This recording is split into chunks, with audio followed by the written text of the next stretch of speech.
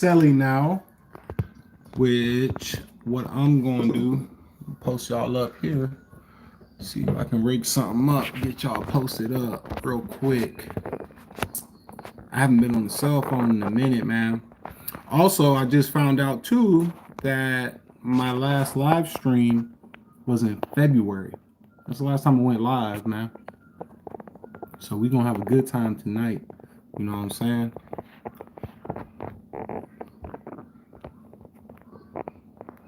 Whatever, fuck it. I'm gonna just hold it. I'll probably end up going in the garage, to be honest with y'all. What's the next truck on the agenda, big dog? Let's give it a couple seconds. Low Cummins, give it a couple minutes. Couple 9 minutes. But again, give it a little time. I want everybody to get in the live stream. So we got 11 people in the live stream. All right. I'm just letting everybody get back in the live stream before I start rambling and talking and going crazy. You know what I'm saying? So if y'all can, just make sure y'all hit that thumbs up button, and if you're in the live stream. All right. So let's get to the questions. All right, because you guys asked questions previously, man. Eric's back, Jason's back, Spencer's back. All right. So what's next on the agenda, big dog, for the truck? So real quick, Spencer, to answer your question, I'm not getting an international CXT next. So for the next truck, y'all, honestly, the next truck is probably gonna be a Power Stroke. It's gonna be a 6.7 Power Stroke. I'm probably gonna end up getting an Illuma Duty, to be honest with y'all. It's gonna be like a 17, 18 F250. If I can find a 350, I'll be even more in love, because I kind of want a 350 a little bit more. Just because of the leaf springs, and I believe it comes with the upgraded gears in the back. I think it comes with 410 gears, which is pretty good.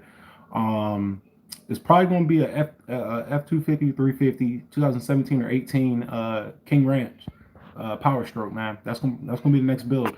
Y'all hearing it first on the live stream now. All right, so y'all should be happy about that. But yeah, man, it's time for a switch up, man. And I'll explain more in depth why I chose that. Why am I choosing that truck next for the channel, for myself, all that stuff like that. I don't want to spill the beans all right now. I just started the live stream. Yes, sir. We got everybody back. Jason's like, no, I gotta go. CXT would be so sick. I gotta look up what a CXT is, Spencer. I don't even know what the hell that is, man. I know what international is, but CXT, I'm assuming it's a big bitch, one of them big ass trucks. Oh snap, spilling the beans, whatever's in that cup makes you start telling all your secrets. Eric, y'all, all right, y'all. So off the record, real quick, I talk to Eric all the time on the side. He is the fucking devil's advocate. I'm here to tell y'all this right now. This motherfucker, he is devil's advocate 101. But I love it though. No, ain't nothing crazy in here. It's just some Maker's Mark with some Pepsi. I'm actually almost empty. I gotta fill her up here in a second.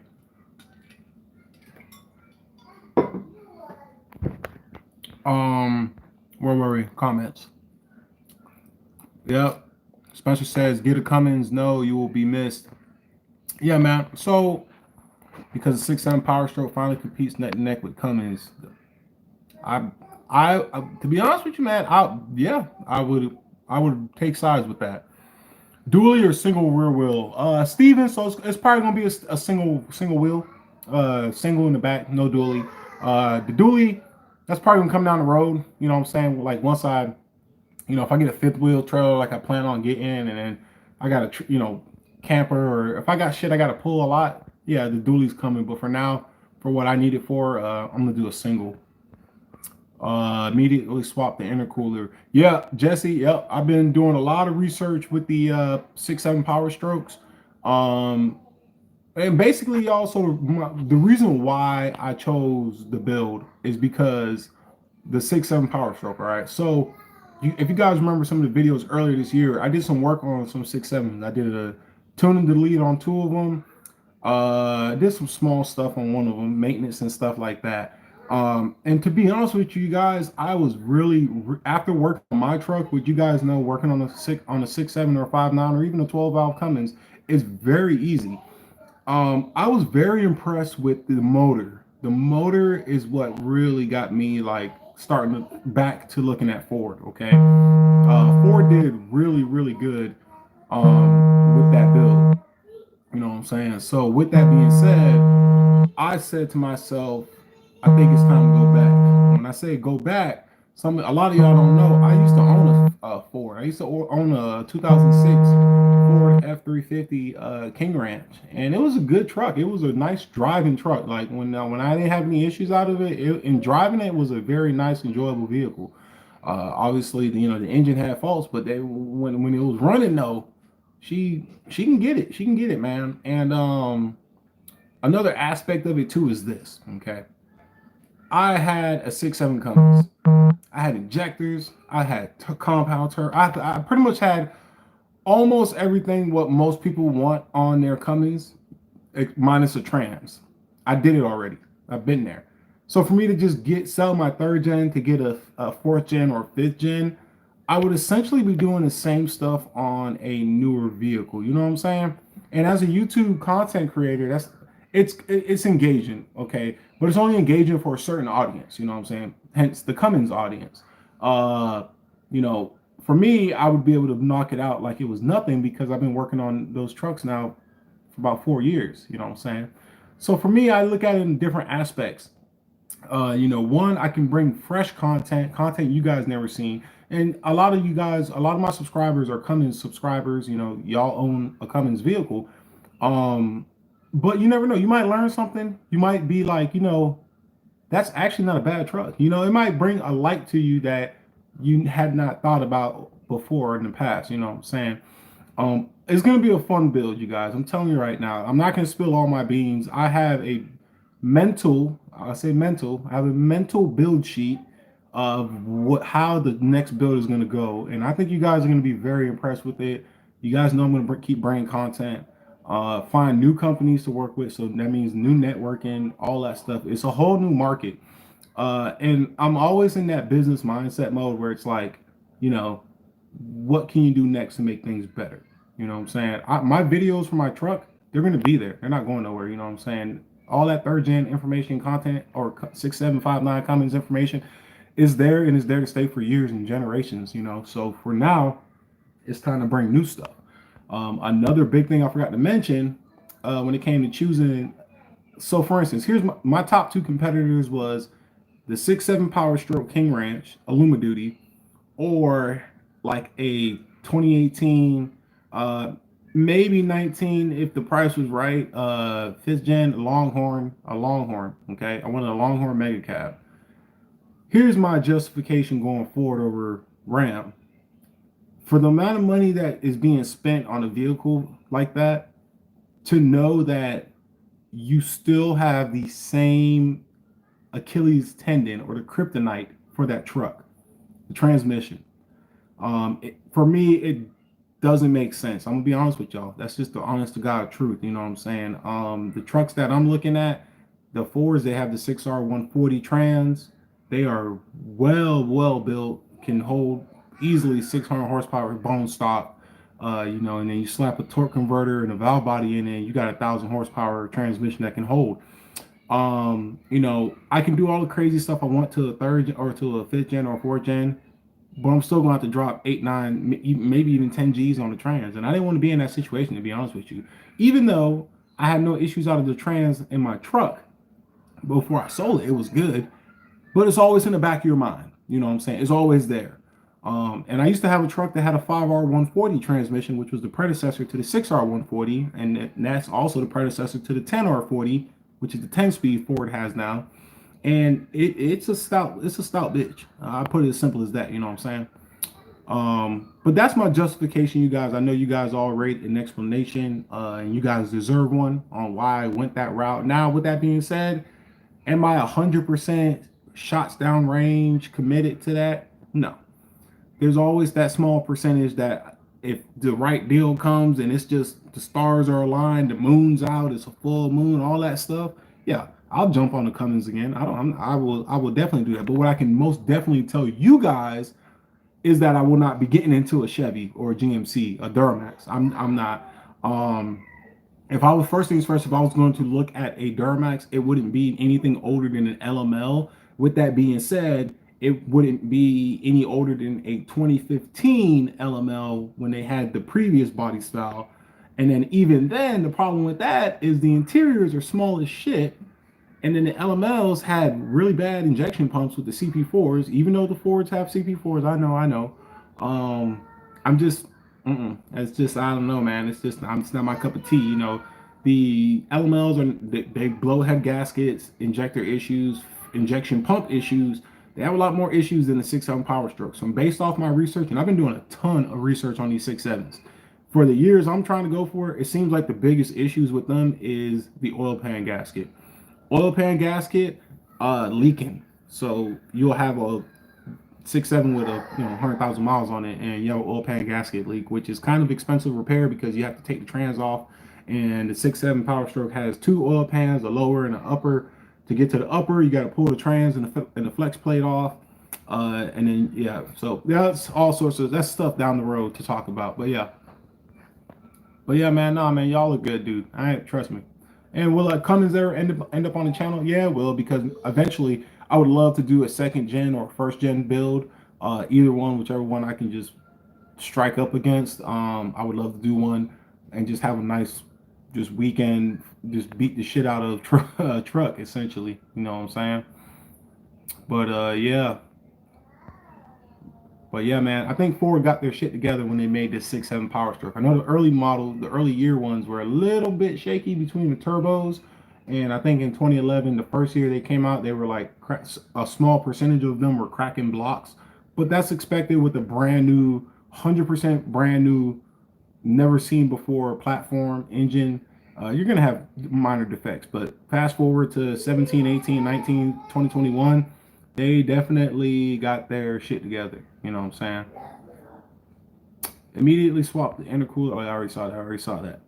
The Cummins still lacks the trans compared to the 10-speed Ford. It's a stout engine and truck. I mean, it really is, man. He's going to be fixing it, not building it. Damn, Jason, you went there? Oh, no. What's wrong? Stick with the simple motor. Custom mega cab Ford. I don't know about that. Oh man, when I see my brother from Florida going live, I know it's beer time. Hell yeah, man. Grab you a drink. I got me one right here. Jason mad, I'm gonna get a 4. Damn. You sold it to join the dually club. Sold what to join the dually club? My truck? I guess you go for, you'll always have something to work on. Yep, there's all the Ford jokes coming out. My brother has an 18.6 Power Stroke fully lead tune with intercoolers and piping, and it hauls ass. Yeah, man. I mean, they're good trucks, man. People will knock them. It obviously it's hard for a company. It's hard to not make fun of a company, especially for an engine, because we all know Ford got bagged on for years when they had the 6.0, 6.4, the 7.3. Everybody knows that's a legendary stout motor. But they took reign of the engines again in 2011, or they took reign of the engines in 2011. 100% built in-house, which means it was built in America. I'm sure International is based out of America, but I'm not 100% sure. They got it based in-house, you know what I'm saying? They got their shit together. My boy Jake over at Ashby's Diesel, I think I was talking to him one time. Yeah, it was him or maybe somebody else, but oh yeah, it was him, because they had a 6.7 Power Stroke inside the shop with the cab lifted off. And if you go on Instagram or online, you don't see a whole lot of pictures like that. And I saw that and I was like, what y'all doing? Head gasket on that? He's like, yeah. I'm like, seriously? He's like, yeah. That is the first 6.7 I've ever done a head gasket on. And the 6.7's been out since 2011. You know what I'm saying? They're not known for blowing head gaskets. The stock injectors are good for up to, I believe, 7. Is here 7? Oh, stock injectors are good up to 700 horsepower on a stock injection pump. If you upgrade the injection pump, I think the max you can squeeze out of them is 1,000 horsepower out of stock injectors. I don't know what type they use. I think they're like piezos or some shit. I don't even know what they're called, but that's impressive. I already talked about the trans in it, so I'm gonna be real, man. Like the proof is there now. You know what I'm saying? So Dooley Cummins, don't move backwards. Jason, bro, you saying that now, man. Wait till the shit shows up. That's all I'm gonna say.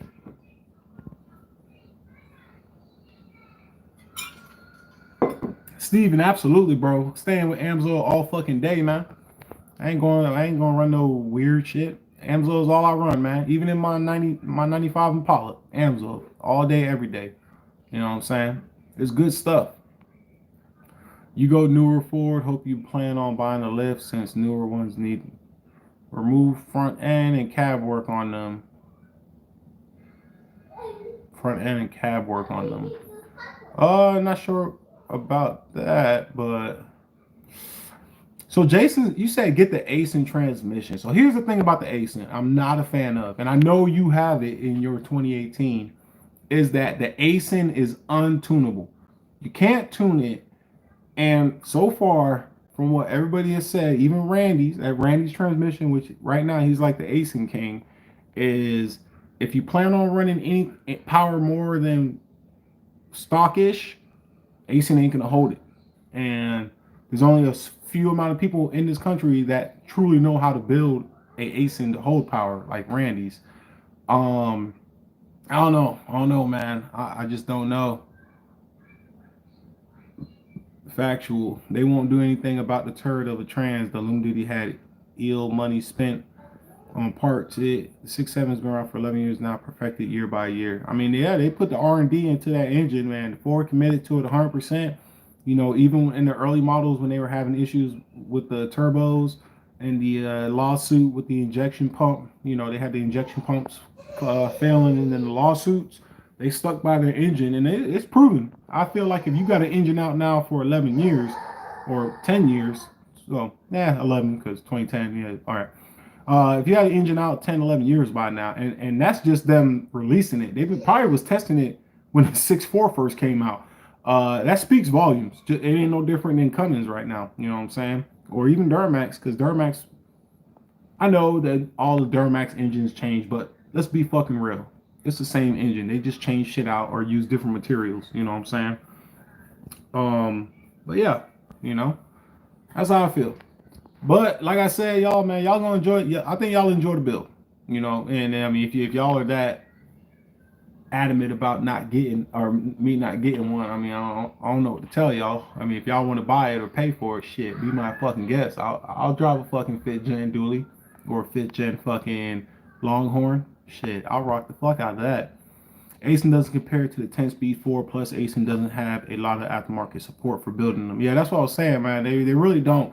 ASIN is, if you get an ASIN and you keep the truck stock and don't delete it, you're solid. If you keep the ASIN, you delete the truck, you're gonna be good. You know what I'm saying? But if you're talking about slapping a turbo or some injectors or some fuel to that bitch, I'd go with the 68, because the 68 at least has a support market out there in terms of the aftermarket community. You know what I'm saying? Joe said it's beer time. Shit, it's liquor time. Going through the same dilemma. Yeah, man. And I mean, I go back and forth, you guys. I really did for a little bit. But if you notice, I said that I was gonna get a Luma Duty King Ranch. Okay, I'm not getting a Luma Duty Lariat. I'm not getting a shit. I'm not even really looking at a Platinum unless a Platinum a good deal. I get a good deal on one. There is a specific particular vehicle that I want in a certain type of setup and layout. Um, I'm gonna be honest with y'all, man. That King Ranch interior, I the Longhorn is the closest to competing with them. Fuck the High Country. That's just some janky ass shit. Even the new High Countries on the L5P is fucking trash. Um, the Longhorn is close, but it just don't hit the same, bro. Ford is an OG when it comes to that Wild West fucking interior shit, man. You know what I'm saying? I'm being real, honestly. The King Ranch interior is nice. You know, I noticed I said a King Ranch, not a Platinum, not a limited. Uh, I feel, if you haven't noticed or if you never knew, I like to be different. Like I like to have some. Now I say different, I don't mean just wild, crazy different. I just little stuff. I like to be different. I like to be a trendsetter or a pathfinder on my own. I don't just fall in with the herd. It seems right now platinum is like the platinum is slowly becoming the new lariat. You know what I'm saying? Like everybody has one. They're like 80%. I don't want to talk shit, but it's or not talk shit. I'm just being real. But they're like 80% of them are built the same. You know what I'm saying? Because it's a high end truck, there's only so much you can do with it because compared to getting like a Lariat or even a XLT or you know a SLT or a tradesman on a Ram, where you can do a lot of customizing because it doesn't have a lot of shit on there. Them Platinums have so much on it. There's only so much you can do with them to make it look genuine and make it look like yours. But what I don't see a lot of on the market or out there on the grams and all that are King Ranches. And back in the day, bro, King Ranches was it before Platties, before the limiteds and all that stuff. You know what I'm saying? King Ranch was the best. You know, let's rewind back to like 2005, and some random dude comes up to you and says, "Hey, I want the nicest truck interior. I want the nicest truck with the best features in interior." You either gonna tell them to get a King Ranch or you gonna tell them to get a Denali. And the Denali did not hold a flame to the King Ranch purely because of the saddle leather seats.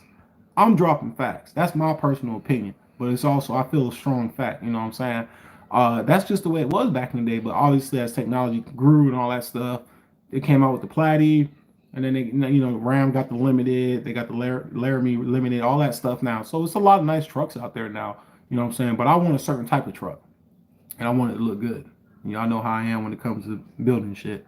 So that's some of my. This is the behind the scenes y'all are getting on the live stream that y'all won't get in a regular YouTube video until after the fact. You know what I'm saying? So I do appreciate y'all.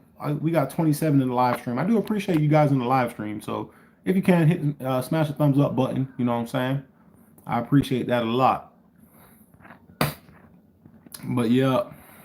Going Tip Top said going through the same dilemma. Good luck, dude. Yeah, man. More power to you, man. Same to you. Make sure you factor in a 4-point lift and a garage 20 feet high so you can lift the cab on the Ford. All right, then I'll make sure I get a lift installed. You came a long way since Nitsy. Who are you?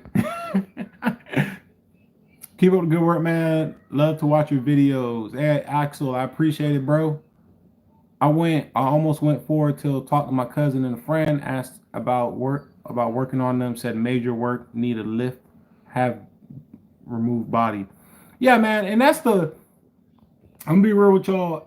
That's the old. Do research on the 6.7 on a 6.7 Power Stroke. Okay, I tell you more of the older ones, more of the newer ones than the older ones, but on the 6.7. You can change the turbo without lifting the cab. You can do a lot without lifting the cab. Hell, you can change your rear main seal without lifting the cab and your front main seal. You can do a lot without lifting the cab on those trucks. Ford went out of their way, especially on the Luma duties. Ford went out of their way when they made the new body style to make sure that the cab basically doesn't get removed unless you're taking the engine off.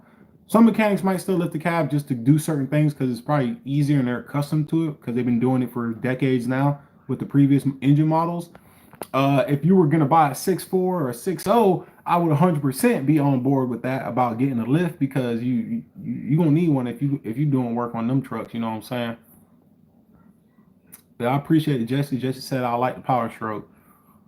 Where Cummins can pull with cherry pickers or manhandle it.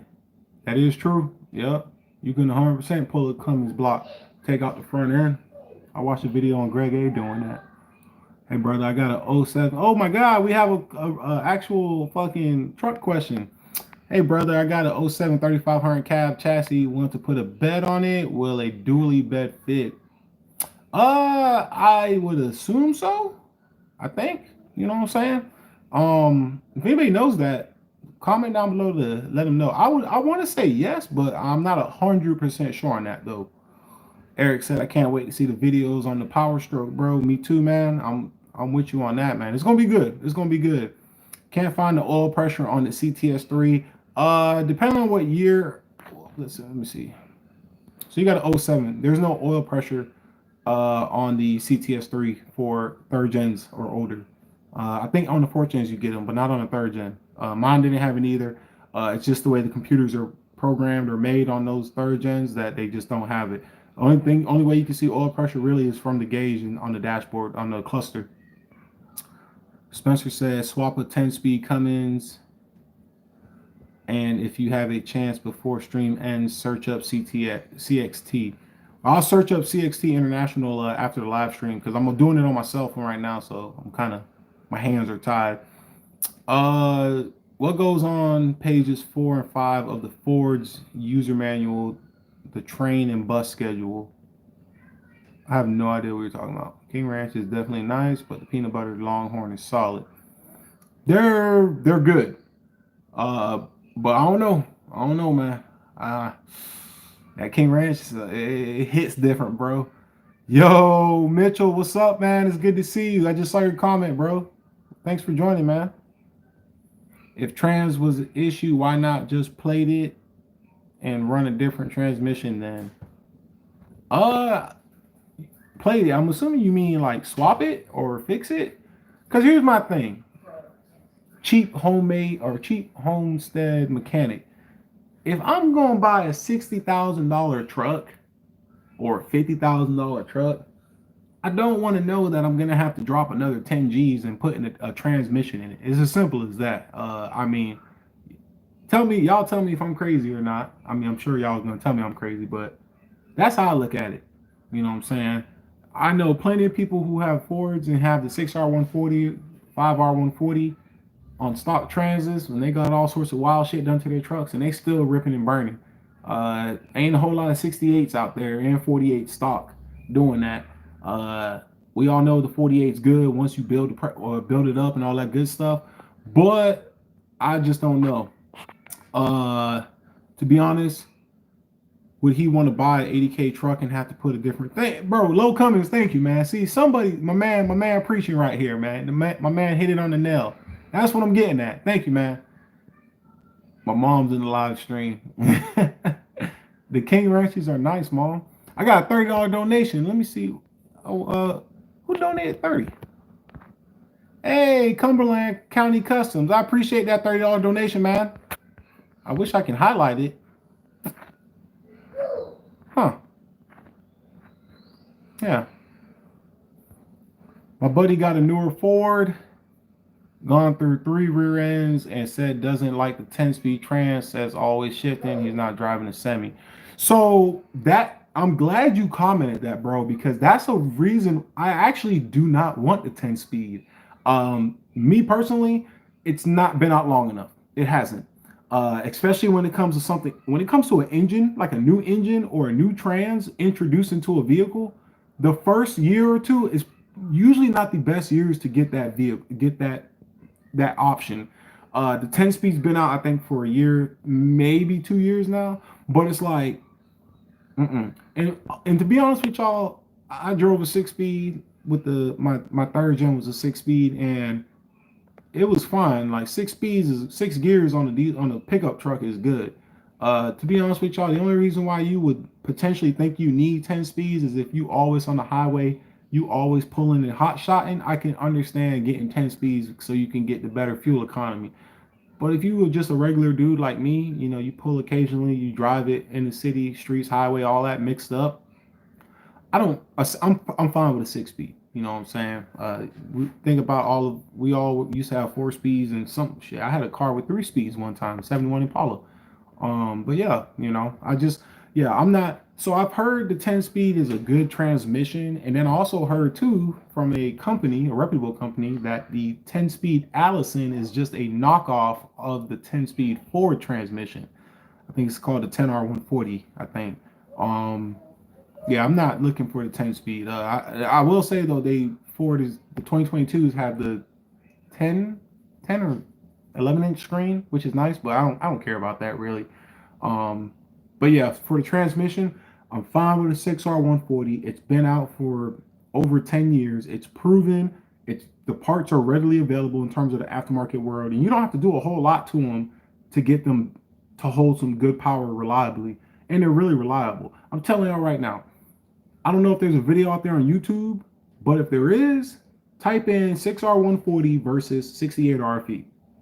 And if somebody has a video with a side-by-side, you're gonna understand why I'm leaning on that side when it comes to that truck.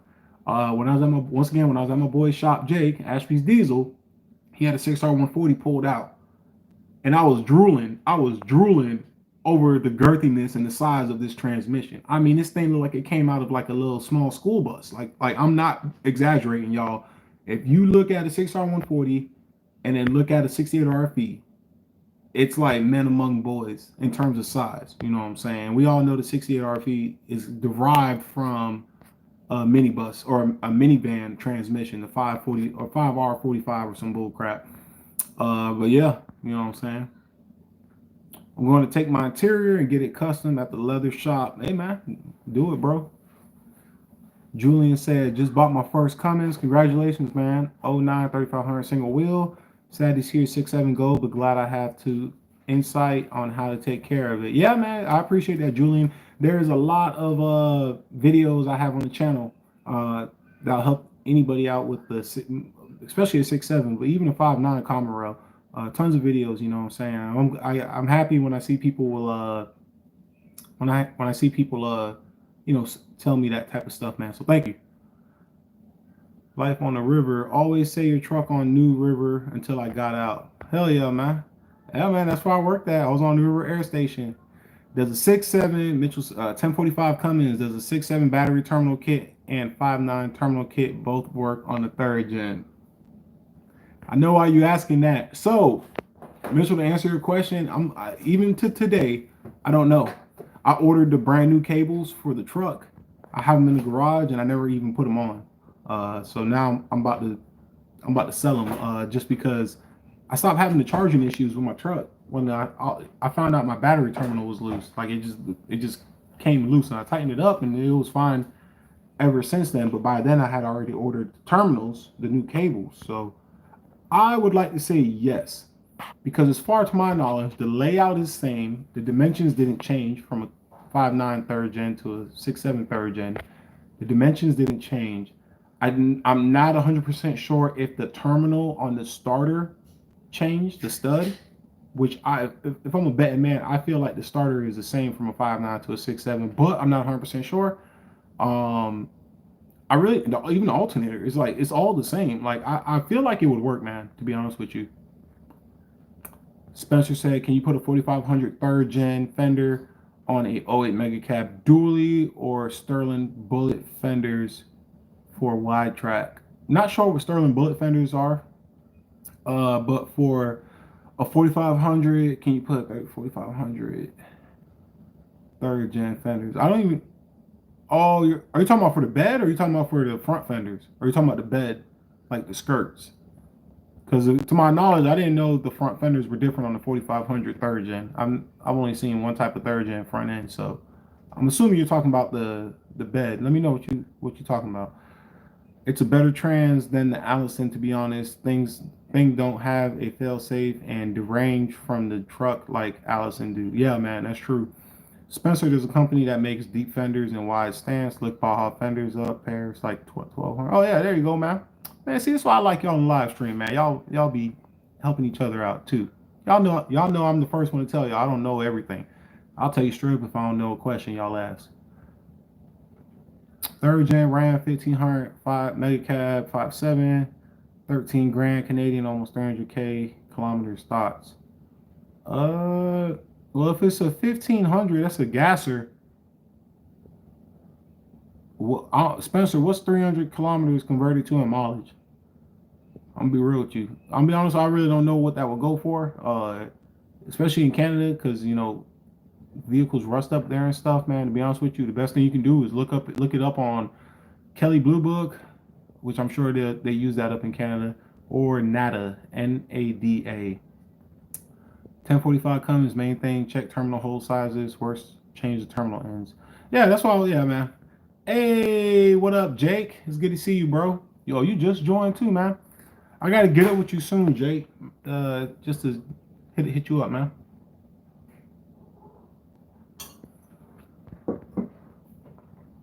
How do you get the cat light to stop flashing on when the cat is deleted? You might need to get some tuning, man. the cat light. I'm assuming you talking about for the deaf. So if you took your def off without tuning the truck, you gonna have more than flashing lights. If it's flashing and it is deleted, the cat is deleted. If it's deleted and tuned, try reinstalling your tuner. If you're still having an issue, you need to reach out to your tuner company. Don't let music, the green grass fool you. Don't let it change your mind. It's good to see you in the chat, Mike. Monster Ryan, what's up? Oh man, I feel good now. I finally caught up to my comments. I feel like I was getting a little behind now. Yeah, man. So for some of y'all that may have joined recently, basically all I went over was the next truck I'm looking at getting. Definitely is going to be an Illuma Duty. Probably going to do a 17 or 18 King Ranch F250 or 350 single rear wheel. I think that's going to be the next build on the channel. All right. Won't get the truck until I move out to Cali, just because I don't feel like buying one right now, turning around and getting another truck at this moment. But that's the plan, man. That's what we got going on. Yeah. Oh, also, if anybody cares or if anybody knows anybody, I have my stock injectors off the third gen from when I did the upgraded injectors. I have my stock injectors with 180,000 miles on them. If anybody wants them, they're for sale, $450. Shoot me an email or DM me on Instagram. They work fine, no issues. Obviously, they have 180,000 miles on them, so they're not brand new, but they work fine, no issues. So if you know anybody looking for 6.7 Cummins injectors, or they need a set of cores to send in to get built or whatever, I got some perfect cores or perfect injectors you can just slap in your truck and take off with, you know what I'm saying? So let it be known. He said 186,000 miles. I'm gonna be real with you, bro. That sounds a little bit a lot, man. And they want, well, you said 13,000. I don't know if that's US or Canadian. If it's 13,000 Canadian, then that's probably like what, like 10,000 American, 9,000 American, maybe. Yeah, I'm not sure. Hey, I appreciate it, Mom. You take it easy too. Your third gen ever get death wobble? Mine just got it, and I'm wondering what it could be. Actually, no, I never got death wobble. My biggest thing was to ensure I never got it, which is why I set up, underneath. So for death wobble, man, it can be a couple things, man. It can be really bad track bar, bad ball joints, track bar, tie rod ends, wheels out of balance, bad wheel hubs, U-joints, basically your entire front suspension. There's several things that can cause. Usually a bad track bar is the number one suspect for death wobble. It's scary as crap when it does happen. But yeah. But there's a couple things you can check. First thing you want to start with is track bar. Get underneath there, have someone turn the wheel when the truck's in the driveway, turn the wheel, look at the track bar. If it's popping, if it's slipping, it's the track bar. Go from there. Start from this. Basically, what you want to do is you want to start from the steering box when you're inspecting, starting from the steering box, or you can start from the wheels and do vice versa. Start from the steering box and work your way out to the wheels, checking everything. So start at the steering box, work your way down the drag link, then down the tie rods, and to the wheel, and then to the hubs and the U joints, and then the wheel bearings, and then also check the track bar. You know what I'm saying? What color is your stuff powder coated? You talking about the third gen? So on the third gen, I had the turbo powder coated. You talking about for the turbo, or you talking about for the suspension, Jake? Because the suspension wasn't powdered; it was painted. I painted it with engine paint. But if it's the turbo I powder coated. Kevin powder coated the turbo. He did a Spanish Illusion Fly for the turbo. Yeah, man, I think that truck's a lot, man.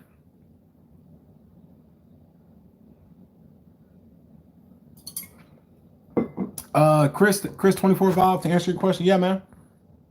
Oh yeah, for the suspension, yeah, Jake. So what I did was I used VHT engine paint, and I just used the gold metallic, and then I hit it with some clear coat. I used Spray Max 2K clear coat on top, and that was my backyard redneck powder powder coat. It came out good and it held up really good. But yeah, yeah, man. No, Chris. So yeah, Chris 24 valve. Yeah, we will see on the channel. I mentioned that earlier too. There will be a second gen or first gen build at some point. I was telling everybody earlier. You know, on this channel, there will be another Cummins back on here eventually. You know, it's just a matter of when or how soon. Um, but yeah, I'll bring something back definitely. Me personally, I would like to build like a second gen VP 24 valve, 700 horsepower build. Uh, a lot of people P pump swap them because the VPs it can only put out so much power. I think most of them top out at like 500 ish. But I saw some cats on YouTube, Power Driven Diesel. They were able to squeeze out 700 horsepower on a VP. I believe it was a VP 44, 24 valve, which I think is pretty cool. And I think they said it was reliable. So I'd like to do that, or get in the first gen too, and then take the rotary pump off and put a P pump on it. Even though it sucks because I did it before and it wasn't fun. But yeah.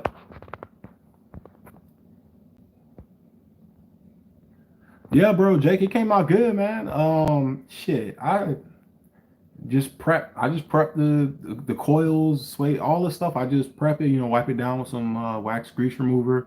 I don't even prime it. The only time I'll prime it is if like the surface is super smooth. I'll just hit it with the gold. That that enamel paint, that engine paint, it's so good at sticking to metal without it being prepped really good. You know what I'm saying? Like you don't have to sit there and go crazy with prep work. You can get away putting it on a lot of stuff with a little bit of work needed for it, and they'll hold strong. So yeah, man. And I just hit it with the 2K clear on top, and it's been sitting good, man. Arturo Morales, love your vids, bro. Hey, I appreciate that, man. Thank you so much. There's also a oh 07 and a half, 6.7 mega cab dual Laramie manual, 180 kilometers, 35 grand Canadian.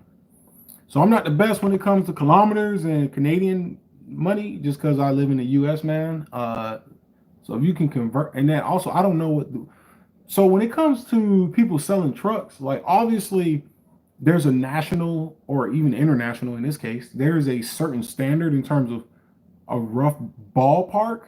Like for instance, if you tell me a oh 07 and a half, 6.7 mega cab dually Laramie, and let's say you said they're asking $55,000 Canadian or $55,000 US, obviously I'm gonna be like no, and it has 150,000 miles on. I'll be like no, that's a ripoff. Don't do it. You know what I'm saying? Because that's just absurd. But for that mileage, for that price, 35 grand. I mean, I don't know what's all done to it. I don't know what the market's like anywhere else besides where I live at. Like perfect example in Texas, the market is actually it's a little cheaper than other places in the country because there's so many diesels out there and it's so competitive. So you can usually get a really good deal, and it's rust free down there. You can usually get a slightly better deal going down south than up north, but it's also flipped because down south, trucks tend to be cleaner in terms of body and frame wear, where they can charge a little bit more because it's cleaner versus a northern truck.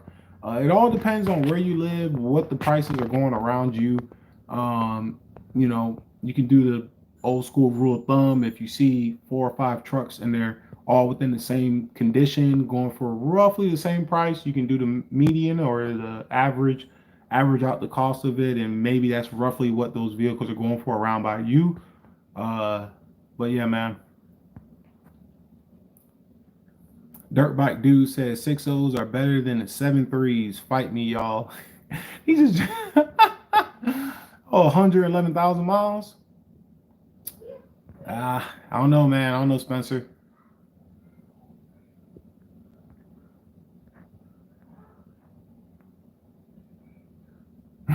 Now we got an argument starting down here. People fighting over a 6.0. Hello from Oklahoma. What's up? What's up, the germ? 5G said the 6 blows. $1,700 in parts in a day if you know what you're doing. Dirt bike dude. 1 mile equals thing. One thing. Mike, I appreciate that, brother, for the breakdown. I'm not gonna do the math, but you know, I appreciate you, man. My guardian angel, especially in the comment sections.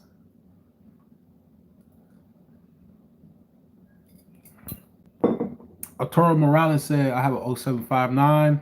What's the best tuner for a 5.9? 0759. So you're eligible to run, I say eligible. So you're able to run EFI Live. You can get an auto cal, the new auto cal, which I believe is the V3. You run an auto cal. You can run a Race Me Ultra by Smarty, which is like the screen with the pods. They provide custom tuning. So for you, I would recommend either EFI auto cal or the Race Me Ultra tuning. But here's the thing when it comes to tuning. I think I made a video talking about this. It's for the most part, it's not about what tuner you buy. It's about what tunes are on the tuner. So what do I mean by that? You can buy an auto cal or a Race Me Ultra, but whose tunes are on that tuner is what matters. So you got to do your research, all right? And this is for everybody. I don't know if some of y'all been noticing or not, but there's some tuning companies out there. I don't care about talking about this. There's some new random, I say random, but there's some fresh on the block tuning companies popping up.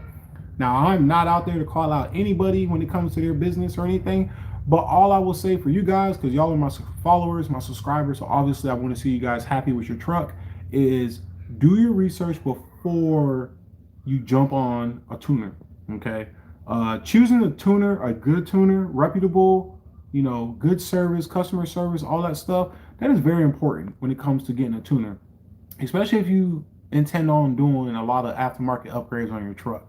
You know what I'm saying? You don't want to be waiting a week to get a revision. You know what I'm saying?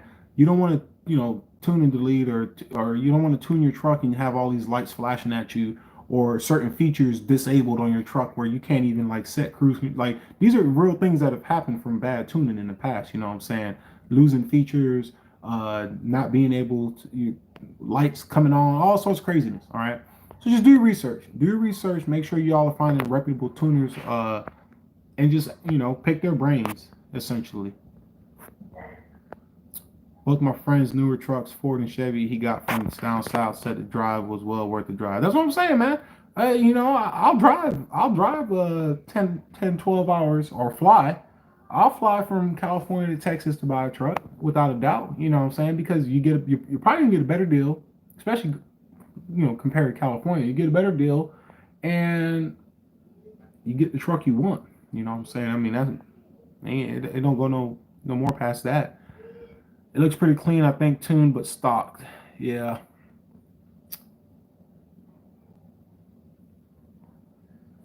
Yeah, Spencer, man,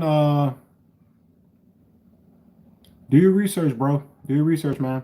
111,000 miles on a 2007 and a half, 6.7. That's low mileage for that year. But just do your research. Make sure there's nothing underlying issues. Always check for blow by. Always check for blow by. If you don't know how to, there's thousands of videos on YouTube showing what to look for. Jake said Texas is the place to go for a clean truck, cheap. That's where I picked up my Ford from. There you go, man. There you go. And I was talking, Jake, I was talking about that earlier, bro, because I was telling them, I don't know if you were in the live stream by then, but I was telling them, I was saying that basically my next, it's probably going to come from the Ford I get, is probably going to come from Texas, because I've been looking, and all of the trucks I like so far are in Texas, Arlington, Fort Worth, way up Waco. They're all in Texas, and the price is right. The vehicles are good. Obviously, I'm not going to buy right now, but just based off that, you know what I'm saying, even in the private sector, I found some on a marketplace out there, dude selling private, and I actually found one that was really, really good deal. I was like real close, but you know, I have other priorities though. But yeah, man, I think so, man. Yeah, man. Jake, tell them in the comments, man, about Jake. So you remember? So y'all in the live stream, my boy Jake is in the live stream. He's the owner of Ashby's Diesels down in Holly Shelter here in North Carolina. I've been by his shop. When I filmed my truck in a dyno, that this was his shop that I was at. Jake, you remember last time I came to the shop and you had that 6R140 pulled out? How did I look when I was looking at that transmission? Was I not looking at that transmission like, yo, that shit's big as fuck? because I was so used to looking at 68, like night and day difference. He'll tell you. Y'all read the comments and y'all see what he say. I can tell you right now the 60 is trash. Y'all still talking about the 60 like that. Leave that truck alone, man. I used to have a 60. They got a warm spot in my head. But I will, all right, now this is the only 60 thing I'm gonna say. I will stand up for them. If you got the right owner and if they did the right things to a 60, a well-built 60 is just as reliable as a 5.9 or 6.7 Cummins. I put money on it. I put money on it. And they can put down some fucking power. I'm just saying.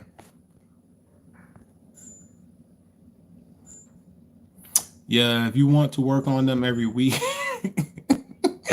looks like you need to make a road trip. Pictures don't do justice. Get in it, drive it, make sure it's not a pig with lipstick. Yeah, man. Yes, sir, man. Absolutely. So cheap homestead mechanic. Basically, that part you said about make sure it's not a pig that's been lipstick. Y'all don't know. Everybody in the live stream, y'all don't understand how much truth that statement has because my other buddy Aaron Cates, who has a channel on YouTube, he had a purple 1500 Silverado cat eye. He sold that to get into the diesel game. He bought a OBS 4-door white 7.3 Power Stroke. It looked good. It looked real good. But it was exactly that. It was a pig with lipstick put on it because he ended up 6 days later, he took that truck back, got his money back, and went and got him, I think, a 2001 7.3 Power Stroke. So yeah, man. Make sure y'all do that, man. You know what I'm saying? And and I've talked about it in videos, when it comes to looking for a used diesel and stuff, the best advice I can give you is if you don't know what you're looking for, do two things. One, do your research until you can wake up in the morning and just spit out a bunch of facts and shit. Or two, take it to somebody that knows what to look for. Those are the two best things you can do. Because I do get a lot of messages, not a lot, but I've gotten a good amount of messages on Instagram, or even comments on YouTube where people were saying, I'm thinking about getting this truck. What are some things to look for? Or, hey, is there anything I need to know about before I'm thinking about getting this type of truck? Are there any common issues and stuff like that? I love getting the ones when it comes to a 5.9 or a 6.7 Cummins. They'll say, hey man, I'm looking at this 2012 6.7 Cummins, it has blah blah blah miles, all this stuff. Is there anything I need to look for? I'm not being a dick or nothing, but I straight up tell them, I say it's just like looking at any other automobile. Make sure it runs. Make sure that bitch ain't puffing smoke, blowing smoke out. All the symptoms of a bad diesel is very, very similar to a gas vehicle. You know what I'm saying? For the most part.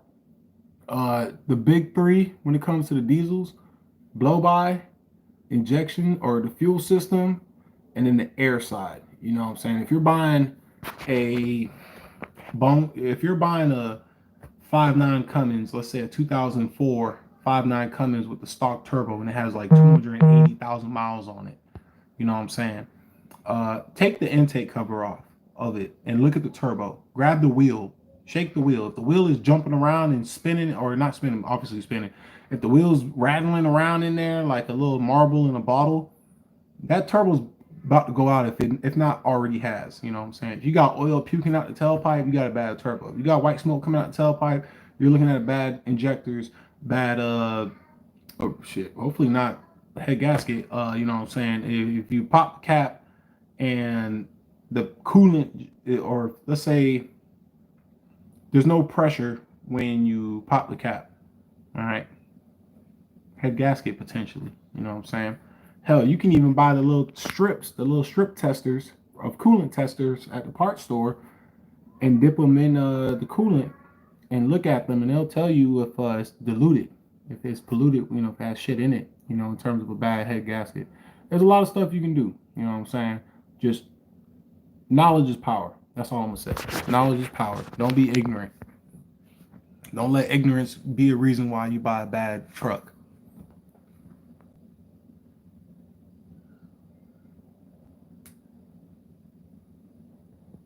So 5G said race me is the way to go with tunes. I run them on their package 4 with the full time or full line and TCM on my 6.7. That's good, man. Yeah, man. I've heard a lot of good things about the Race Me tuners. In turn, especially custom. It's a good platform. It's a good platform. Is it as common as, let's say, EasyLink? I would probably say no. I would think EasyLink is the most common tuning platform used by all three companies, Chevy, Ford, and Ram. But Race Me Ultra is good. Race Me Ultra is actually, it's I'm pretty sure it's actually only for Dodge vehicles. Yeah, I don't think they use Race Me Ultras on Fords or Chevys. Kind of like how Ford SET is like a Ford thing. I don't know what Duramax has. That's their own shit. HP, well, no, not HP tuners, because I've seen HP tuners on Cummins. I'm not sure. LBZ or 5920. Isaac said LBZ or 5924 valve. I'll 5924 valve all day. Easier to work on.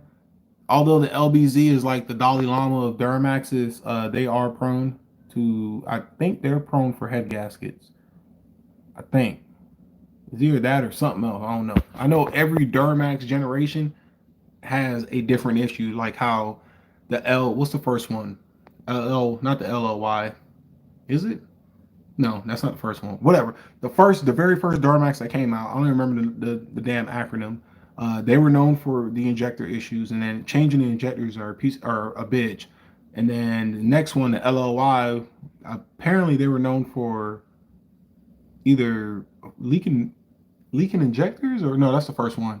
I think the second one was head gaskets, and then the LBZ was known for I think head gaskets as well. The LMN was known for cracking pistons and head gaskets because that was the first year it had the SCR system for regen on it.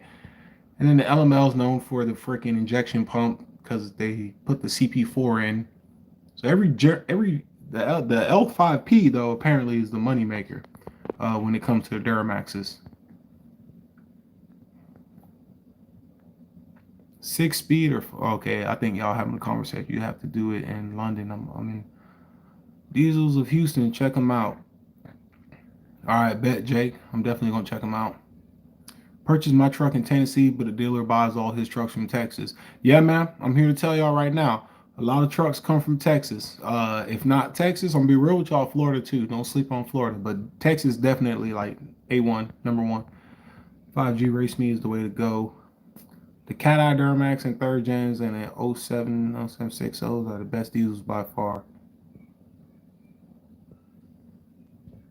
I can get down with that, dirt bike dude. I can get down with that. They are. They got some good 05, 0760s. My thing I love about the 60s, the Power Strokes, is that yes, they have these issues that are everybody's known for, but the thing about it is right now in 2021, the things people were talking about 60s back in the day have either been fixed on the truck already, or it's not the parts are not expensive to do. The thing that steers people the most away from a 60 is the fact that if they want they lift in the cab, that scares people. If you have access to a lift where you can lift the cab, lifting the cab is actually not hard. It really isn't. I helped my buddy do it before. But what was I getting at? It was about the 60. Oh yeah. People sleep on them, man. They really do. The parts aren't comparing it to like a common rail truck. They're not that expensive unless you're buying like billet everything, just all sorts of crazy crap. But OEM replacement stuff is actually not that bad. I mean, you can get. I bought built injectors, like oversized injectors for my 60 from a company called they're based out of Miami. Quick Trick or Quick Tunes. They're based out of Miami. I bought this like 6 years ago. I paid like $850 for a set of 8 injectors. I think they were 180 over CCs or however they measure those Huey injectors. It was like 180 over or equivalent to like 120%. I don't know, but I paid like $850. Had a 1 year warranty, fully built injectors. You know what I'm saying? I bought a core set of bad injectors for a 60 for like $200 on eBay, all 8. You know what I'm saying? Injectors. You want 6 injectors for a common rail, you looking at 3 G's right then. And I'm talking like 5.9 common rail injectors, you know what I'm saying? So I don't know, man. I don't know. And then like the bulletproof kit, head studs, and you can get a. There's companies that sell head studs for those trucks. I mean, you're looking at $250. Most people prefer running the OEM for motorcraft head gaskets and such and such. You know what I'm saying? So I don't know. They all need kinds of work to be reliable. That's what I'm saying. That's what I'm saying. You pick your poison. That's what I really think about, man. You pick your poisons, definitely. When it comes to a diesel truck, people say, I have a video saying why the third gen Cummins is the best diesel ever. Obviously, it, I it might be, I don't know, but anyways, um, but basically, you pick your poisons. You go with a Cummins. Yeah, you get the reliable inline six Cummins engine, but you got a transmission that's weaker than like some old dude's knees. You know what I'm saying? You get you a 6.0, you get you a solid built truck, you know, really good transmission, and you have an engine that, if you take care of it and keep up on the maintenance, it'll last you a long time. You know, Duramax is a little of both, in my opinion, because there's Duramaxes on the road where cats are getting like 300,000 miles out of them bone stock. But me personally, man, I don't know. When it comes to diesels, like, there's dudes that get turned on by Duramaxes. I don't know if it's because the name is called Duramax and it sounds tough, or because it got an Allison in it. But it's like, Duramax is like my least favorite diesel, personally. I'm gonna be real. People say, "Oh, working on a Power Stroke's a piece of shit," bro. Do a fucking head gasket job on the Duramax. You gotta take the whole topside engine off, just like a power, nah, like I ain't nah. Them That's just them GM fanboys trying to make up some shit. But I don't know. There's something about it. I like Ford and I like Dodge when it comes to my diesel trucks. My first diesel was a 6.0, and you're probably saying, "Oh, that's why you like Ford." But I'll put it like this. So I had a 2008 6.0 King Ranch and that 2008 Laramie Mega Cab 2500 Ram. The 6.0 2006, the body, I'm not talking about the engine and trans, but the body itself was built more sturdy, without a doubt. Because the metal thickness of the truck on my 6.0, so the old body cab styles that Ford had before they came out with the Luma Duties, it was thicker than my Ram. Because I remember when I bought my Ram, I was on the side of the bed and I was just walking around and bullshitting, and I like slapped the bed, and I can feel the metal like flexing. I can feel the hollowness in it. On my Ford, I used to do that, and it was just a loud thud sound, like dense, like it's dense on there. I don't know if it's because it's a thicker coating of paint, or if it's. I personally think it's a thicker gauge of metal. But the Ford was built definitely just more firm and solid. The Ram felt lighter. It felt lighter and thinner, if that makes sense. That's a weird way to explain it, but that's the best way I can explain it. But in terms of mechanical issues, my Ram takes the cake on that. That third gen takes the cake. Easy to work on. I did basic maintenance on it, plus all the weird mods and shit I did to it, but they were just, I don't know, it was a good ass truck. It really was, man. The guy that bought it, he know he got a good truck. He was having fun with it. Jake said, haha, yeah, man, they're huge. Best stock trans. It will take a hell of a beating. The trans will take more than the engine in early years. There you go, man. And I've heard, and you ain't the first one to say that too, Jake.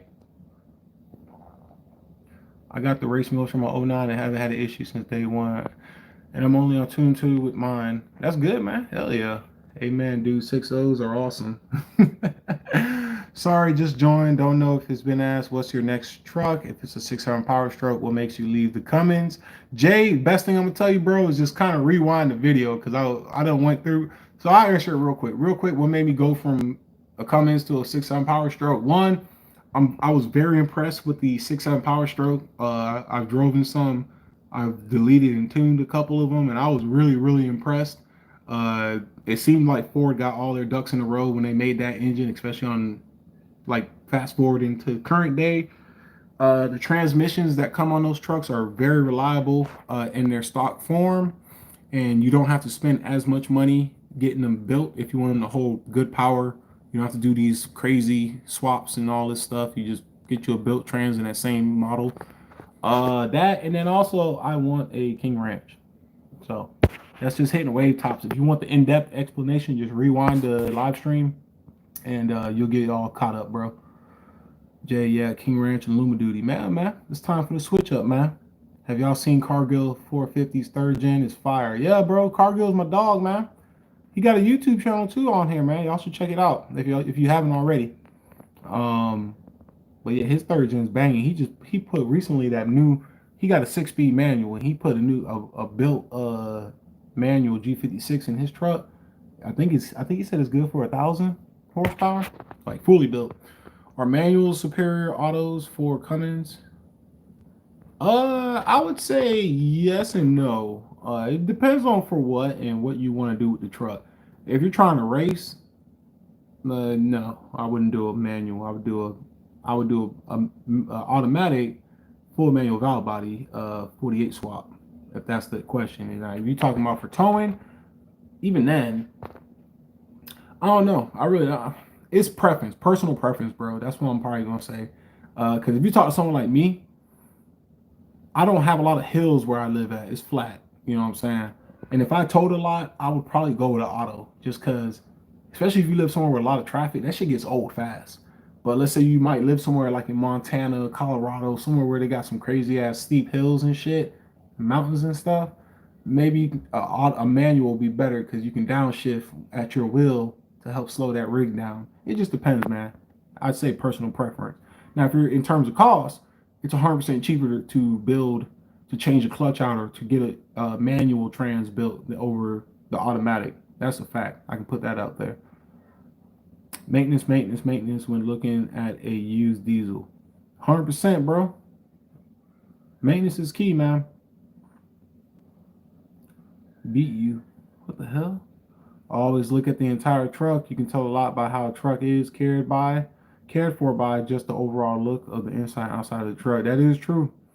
That is true, man. I look at the outside. I look at the outside, I look at the engine bay, man. Uh but yeah. Sal, what's up, man? It's good to see you in the live stream. Thank you for joining, man. I myself could go my also, is a dually Cummins manual a bad first truck? Spencer, no, it's not. Based off that question, I'm assuming you might be a little younger. No, it's not. I mean, if it's within your means and budget, I don't see why not. LBZ in the 06, 07 Duramax is the best motor for a Duramax. You know, a lot of people say that. They really do.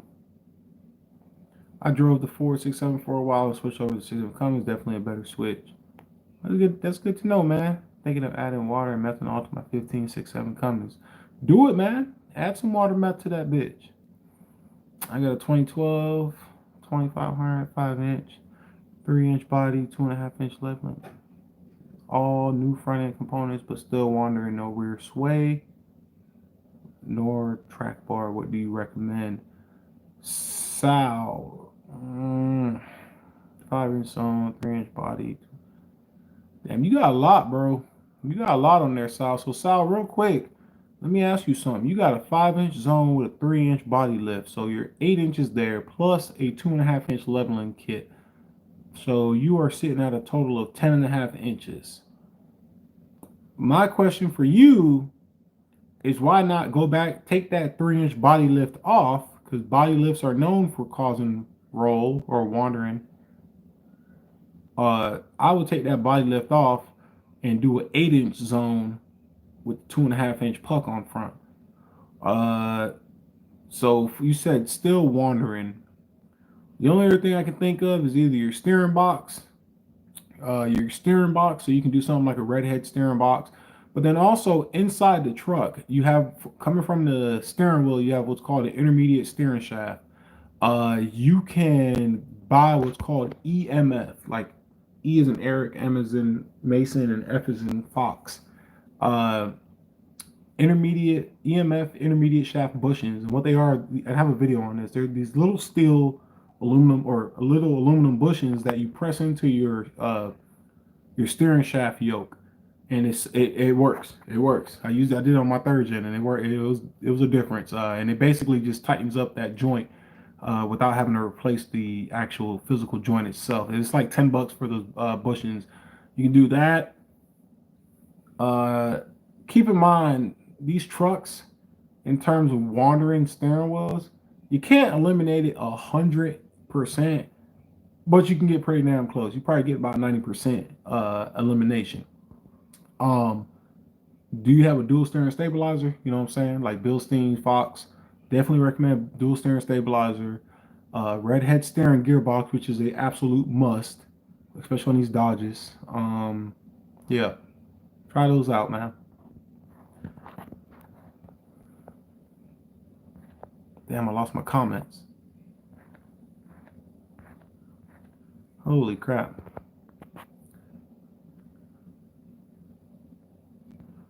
Spencer, depends on what. Okay, I'm running 37.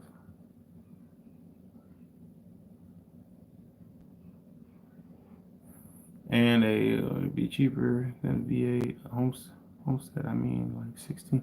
I'm just trying to speed up through the comments, you guys. Sorry, bear with me. The 15K ATS has the bolt-in plug-in Allison swap for the Cummins. Two of my buddies already had done it.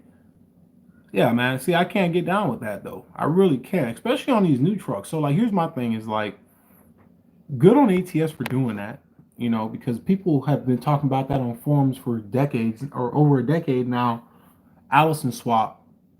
But why is it that you have to buy a 60 plus $1,000 truck and then spend another $15,000 to do an Allison swap when Chevy and Ford already have transmissions in their trucks that are pretty damn reliable?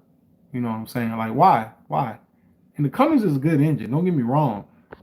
But that engine's coming at a cost. It really is. You know what I'm saying? You're going to get you a good ass fucking engine, reliable, easy to work on, low maintenance. But your transmission is it's like a fucking dude in crutches, man. I agree 100% Ford thicker and now in the Ram. Yeah, man. Homestead, I sub, by the way. Thanks, 10 speed or 6 speed? 6 speed, Jay. Michael Knight, what's up, man?